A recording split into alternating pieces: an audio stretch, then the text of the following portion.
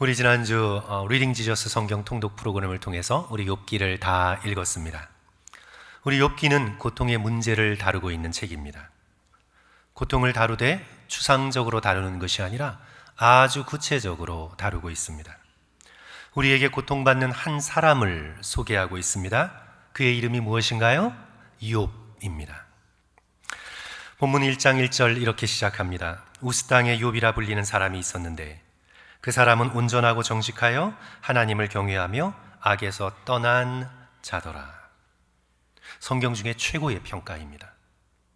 하나님께서 사탄에게 자랑하실 정도였습니다. 8절 말씀 보시면 여호와께서 사탄에게 이르시되 내가 내 종 욥을 주의하여 보았느냐. 그와 같이 온전하고 정직하여 하나님을 경외하며 악에서 떠난 자는 세상에 없느니라. 하나님께서 자랑하실 만한 의인이었습니다. 그렇다고 욥이 자신의 경건에만 몰두한 것은 아닙니다. 자녀들이 하나님을 떠나지 않도록 늘 살폈습니다. 큰 잔치를 벌인 후에 자녀들을 불러다가 성결한 제사를 드리게 했습니다. 오늘 본문 5절 중간 부분이죠. 그들의 명수대로 번제를 드렸으니 이는 욥이 말하기를 혹시 내 아들들이 죄를 범하여 마음으로 하나님을 욕되게 하였을까 함이라. 욥은 의로웠을 뿐만 아니라 하나님께 물질적인 큰 복을 받은 부자였습니다. 아들 7에 딸 3이 있었습니다. 그리고 양이 무려 7,000마리, 낙타가 3,000마리, 소가 500결이라고 했으니 1,000마리, 암나귀가 500마리의 종들도 많았습니다. 성도 여러분, 이렇게 가축수로 하면 얼마의 재산이 될까 우리는 상상하기가 좀 어려워요. 우리가 그런 유목민의 시대를 살아가고 있지 않기 때문에. 그래서 제가 다 계산할 수도 없고 해서 인공지능에게, AI에게 현재 미국 시세에 맞게 조금 재산을 평가해 달라고 제가 부탁을 했습니다. 양 한 마리가 지금 미국 시세로 300불이니까 7,000마리면 210만 불. 낙타가 비싸요. 낙타 한 마리가 10,000불이에요. 낙타가 3,000마리니 와, 여기서 3,000만 불. 자, 소 한 마리가 미국에서 현재 2,000불이라고 해요. 그러니까 소 1,000마리니까 200만 불. 암나귀 한 마리가 소보다는 조금 싼 1,500불이라고 합니다. 곱하기 500이면 75만 불. 자, 우리 가운데 계산 빠르신 분 총 못하시겠죠? 3,485만 불. 이거 별거 안 나네요. 별로 신경을 안 쓰시는 것 같아요. 여기다가 종은, 노예는 한 100명 정도가 됐을 것으로 보이는데 요즘 인공지능에게 물었더니 종을 소유하는 것은 불법이라 계산하여 드릴 수 없습니다. 해서 제외했습니다. 또 욥이 가지고 있었던 토지 어마어마했겠죠. 역시 알 수가 없습니다. 그렇게 부동산과 노예를 제외해 놓고 처분 가능한 자산이 총 3,500만 불이나 가는 그 시대의 거대한 부자였습니다. 이런 욥에게 갑자기 재앙이 닥칩니다. 스밧 사람들이 쳐들어와 소와 나귀를 빼앗고 종들을 죽입니다. 불이 하늘에서 떨어져 양과 종들을 태워 죽입니다. 갈대아 사람들이 쳐들어와 그 비싼 낙타를 다 빼앗고 지키던 종들을 살해합니다. 그리고 어느 날 광풍이 불어닥쳐 집이 무너지면서 그 집 아래에 있던 7 아들과 3 딸이 전부 그 자리에서 죽습니다. 갑작스러운 재앙에 자녀를 비롯해 모든 소유물들을 다 빼앗기고, 2장을 보시면 머리끝부터 발끝까지 악창 종양이 나서 기와 조각으로 몸을 긁으며 제 가운데 앉아 한탄하고 있는 욥을 우리에게 소개하고 있습니다. 가장 축복받은 자에서 가장 저주받은 자가 되어버린 고통받는 한 사람 욥을 우리에게 보여주고 있습니다. 성도 여러분, 이 욥을 만나면서 우리는 무엇을 깨닫게 되나요? 고통과 고난은 누구에게나 닥칠 수 있다는 사실입니다. 의인에게도 악인에게도 고통은 닥칩니다. 믿는 자나 믿지 않는 자나 고난은 들이닥칩니다. 크리스천이라고 해서 암에 덜 걸리는 것이 아닙니다. 교통사고를 덜 당하는 것도 아닙니다. 고통은 사람을 차별하지 않습니다. 지난 1월에 워싱턴 DC 포토맥 강 상공에서 여객기와 미 공군의 헬기가 충돌해서 67명 승객 전원이 사망했습니다. 그 중에는 유망주인 청소년 피겨 스케이터들이 여럿 있었습니다. 지난 3월 미주리, 미시시피, 아칸사 등의 대규모의 토네이도가 발생해 23명이 죽었습니다. 그 중에 어린 아이들이 다수 있었습니다. 우리가 듣는 수많은 총격사고, 교통사고, 암으로 인한 시한부의 선고 등등, 이 세상엔 누구에게나 닥칠 수 있는 예상치 못한 고통과 고난이 가득합니다.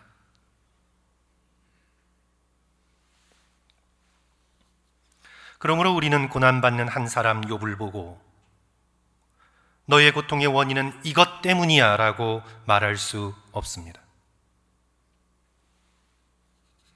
한 개인의 고통의 원인에 대하여 우리가 말하고 판결할 수 있는 재판관은 이 땅에는 없습니다. 그러나 우리가 욥을 쭉 읽었듯이 욥의 세 친구는 욥의 고통이 욥의 죄 때문이라고 그렇게 주장합니다. 대만 사람 엘리바스의 말입니다. 욥기 4장 7절 8절 생각하여 보라. 죄 없이 망한 자가 누구인가? 정직한 자의 끊어짐이 어디 있는가? 내가 보건대 악을 밭갈고 독을 뿌리는 자는 그대로 거두나니. 이렇게 망해버린 욥을 보니 분명히 죄가 있을 것이다. 그것이 친구들의 생각이었어요. 나아마 사람 소발의 그런 말이죠. 욥기 11장 14절 내 손에 죄악이 있거든 멀리 버리라. 불의가 내 장막에 있지 못하게 하라.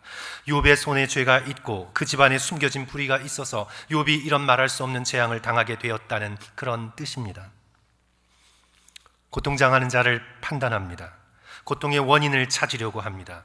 그리하여 결국 욥을 정죄하고 맙니다. 그런데 성도 여러분, 우리는 욥기를 다 읽었기 때문에 알고 있습니다. 욥이 죄 때문에 이런 재앙을 당한 것이 아닙니다. 욥은 재앙을 당하기 전에도, 재앙을 통과하면서도, 재앙당한 이후에도 그는 여전히 하나님 앞에 경건하고 의로웠습니다. 욥의 고난의 원인이 자신의 죄에 있지 않습니다. 우리는 고통받는 사람을 볼 때 판단하지 말아야 합니다. 욥의 세 친구처럼 그렇게 우리가 투시의 은사를 가진 자인 것처럼 그렇게 착각하지 말아야 합니다. 선의로라도 좋은 뜻으로라도 우리는 절대로 고통의 이유에 대해서 말하려고 하지 말아야 합니다. 하나님이 너무 사랑하셔서 데려가신 거야. 다 하나님의 뜻이 있으실 거야. 성도 여러분, 그렇게 좋은 말이라도 쉽게 말해서는 안 됩니다. 우리 모두는 고통과 고난 앞에서 겸손해야 합니다. 어떤 이의 고통의 이유에 대해 우리 인간은 알 수 없습니다. 2살밖에 안 된 아이가 왜 희귀병에 걸려 죽어가야 하는지 우리는 모릅니다. 왜 선교에 헌신한 20대 부부가 도착한 지 한 달도 안 돼 괴한의 총에 맞아 살해되어야 했는지 우리는 모릅니다. 왜 같은 세월호를 탄 75명의 학생들은 구조되었고 250명의 학생들은 죽어야 했는지 그 이유에 대해서 우리는 모릅니다. 알 수 없습니다. 한쪽은 더 기도 많이 해서 모릅니다. 우리는 모릅니다. 고통의 왜라는 질문에 우리 인간의 지혜로는 답할 수 없습니다. 우리가 할 수 있는 최선의 선택은 함께 울어주고 조용히 기도해 주는 것밖에 없습니다. 고난을 겪고 있는 이에게 우리가 해줄 수 있는 최선의 말은요, 내가 뭘 좀 도와줄 게 없을까? 그 말밖에는 없습니다. 말없이 작은 일에 실제적인 도움을 주는 것, 그것이 고통당한 자를 위해 우리가 할 수 있는 최선입니다. 우리 성도들께서도 드라마를 많이 보셨을 것으로 믿는데, 우리 제주도를 배경으로 만든 넷플릭스의 인기 드라마 폭삭 속았수다라는 드라마가 있잖아요. 거기에서 이제 주인공 이름이 애순인데요, 그죠? 막내 아들을 잃잖아요. 근데 이 자식을 잃은 슬픔이 작은 위로를 얻는 그 장면이 있는데, 애순이가 부엌으로 들어갈 때 사람들이 놓고 간 음식을 보며 위로의 눈물을 흘리죠. 말 없는 돌봄, 말 없는 위로, 고통을 통과하고 있는 사람에게 우리가 할 수 있는 최선의 선택입니다. 우리는 고통의 원인에 대해 잘 모르지만, 모르는 것은 모른다고 겸손하게 말하고, 이제 우리가 알 수 있는 것, 오늘 욥기 전체를 통해서 이 말씀이 우리에게 보여주는 우리가 알 수 있는 것 두 가지를 함께 성도 여러분 생각하려고 하는데요. 첫째로, 고통 자체는 하나님의 기뻐하시는 뜻이 아닙니다. 고통은 하나님께서 직접적으로 가져다 주시거나 계획하고 계시는 것이 아닙니다. 우리가 창세기 1장 2장을 보시면 하나님께서 세상을 창조하시면서 보시기에 좋으셨습니다. 그 보시기에 좋은 세상에 고통이 있었습니까? 없었습니까? 고통은 없었습니다.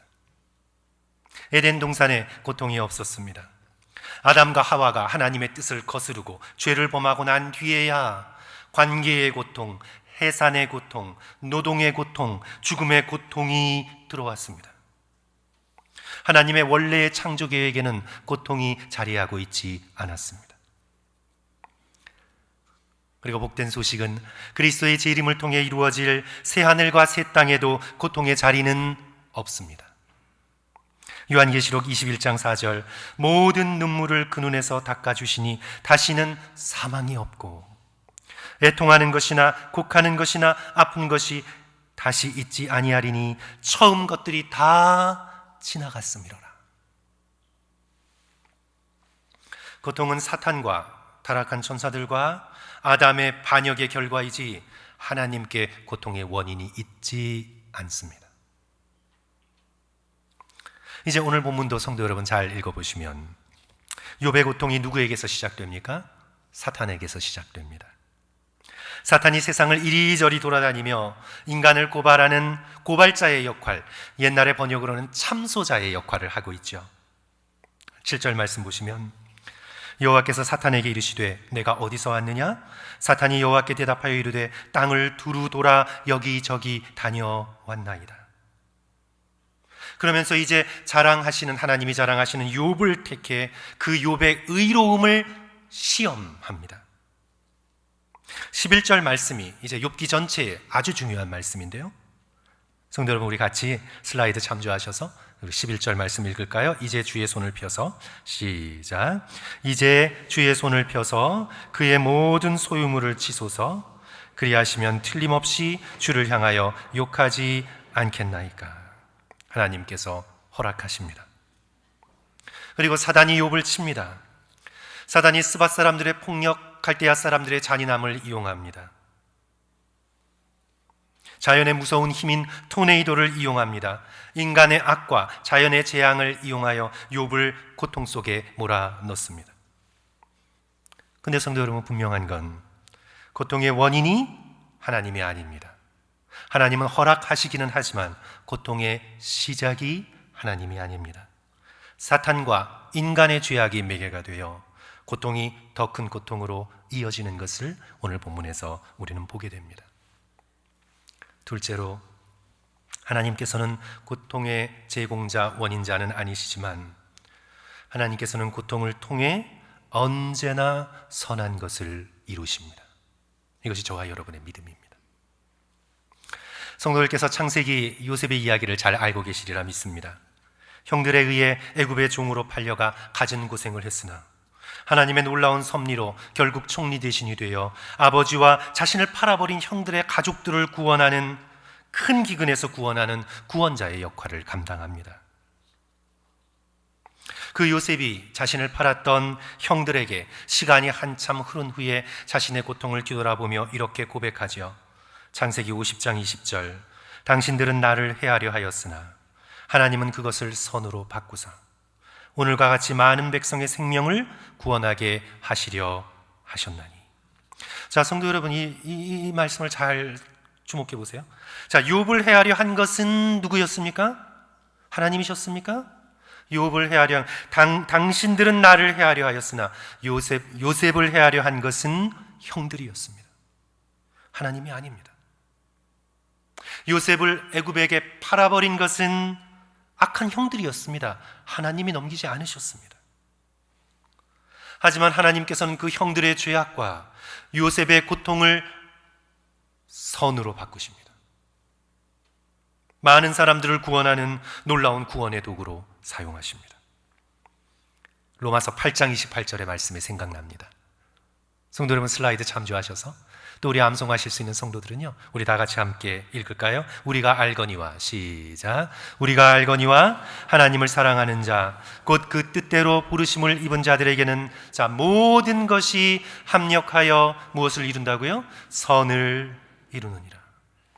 믿음의 백성들에게 일어나는 모든 일, 내가 생각할 때는 좀 나쁘고 악하고 어려운 일, 어떤 일이든지 우리들에게 일어나는 모든 일은 하나님께서 반드시 선을 이루는 재료로 사용하신다. 하나님의 선하심에 대한 우리의 절대적인 고백인 것이죠. 그래도 우리는 욥의 고통을 목격하면서 어떻게 사랑의 하나님이 이런 끔찍한 재앙을 허락하실 수 있나 질문할 수 있습니다. 그런데 우리가 이렇게 좀 생각해 보면 우리가 하나님의 선하신 뜻을 믿는 데 도움이 됩니다. 우리 성도 여러분들 가운데서 기억은 못하실 수 있지만 어렸을 때 자신이 기억하지 못할 아주 아기였을 때 혹시 저희들 가운데 큰 수술을 받아보신 분 계세요? 이런 자리에서 손들라 그러면 쉽게 손들지 않지만 몇 분 계실 거예요. 그렇죠? 예를 들어 태어나자마자 선천적으로 심장 이상으로 태어나자마자 얼마 안 돼서 수술을 받았다든지, 또는 식도와 기관지가 잘못 연결되어 있어서 젖을 삼킬 때마다 자꾸 폐로 들어간다든지 해서 어린 아기 때부터 큰 수술을 해야 하는 경우, 부모님이 고통이 따르는 큰 수술을 어떻게 해요? 허락합니다. 허락해요, 성도 여러분. 사랑하지 않기 때문이 아니라 사랑하기 때문에 고통이 있는 큰 수술을 허락합니다. 생명을 위해, 더 큰 선을 위해 잠시의 고통을 부모님들은 자녀에게 허락합니다. 애처롭고 안타깝고 함께 울고 함께 고통당하지만 그 아이를 사랑하기 때문에 고통을 허락합니다.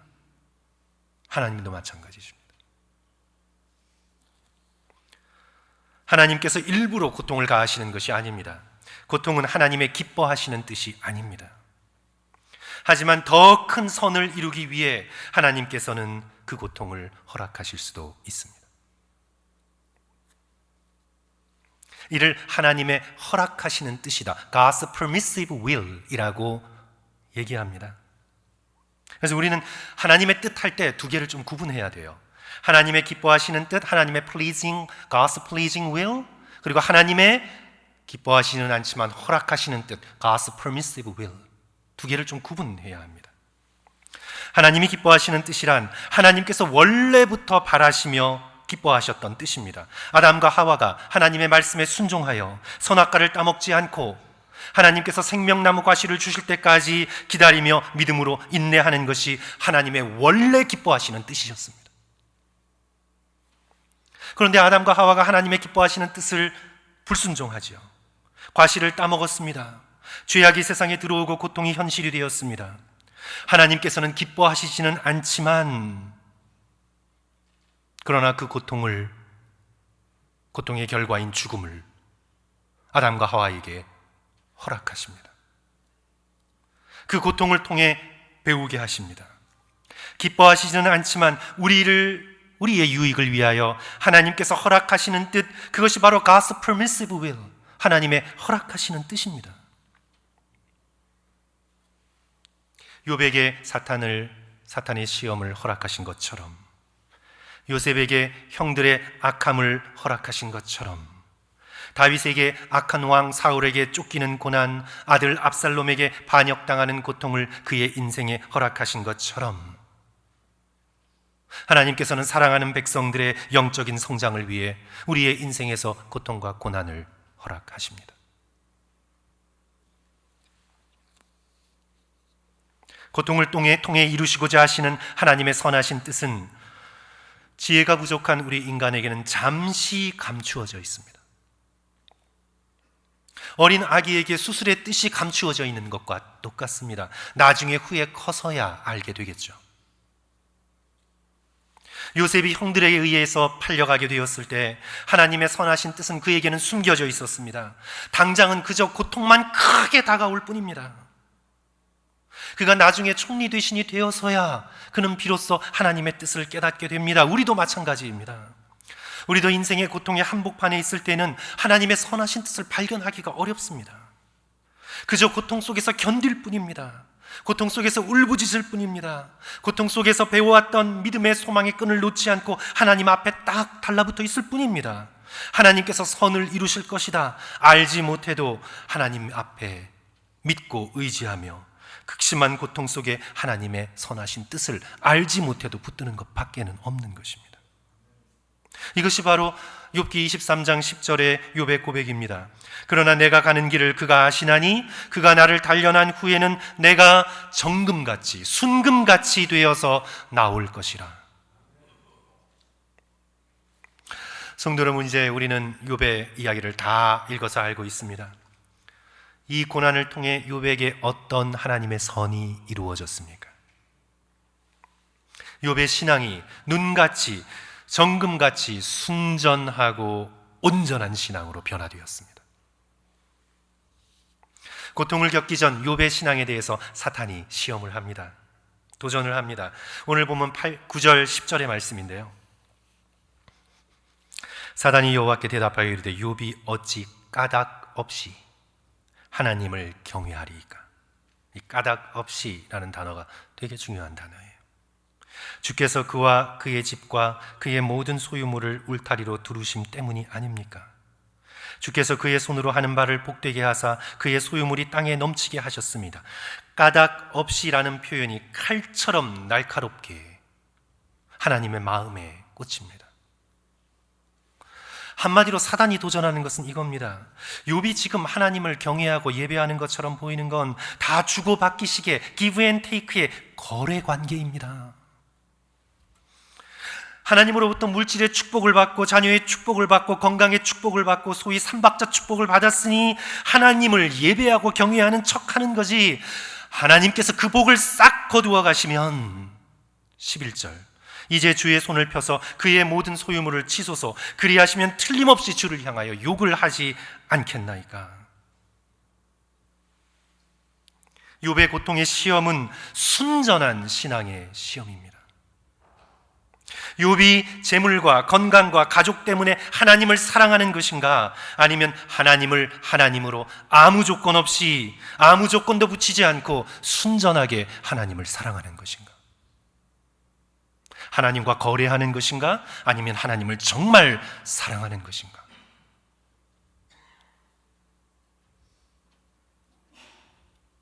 고난을 통해 욥의 정금 같은 순전한 믿음이 하나님 앞에 온 세상에 드러납니다.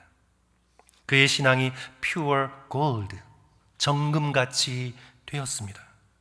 하나님을 아무 조건 없이 마음과 뜻과 힘을 다해 사랑하게 되었습니다.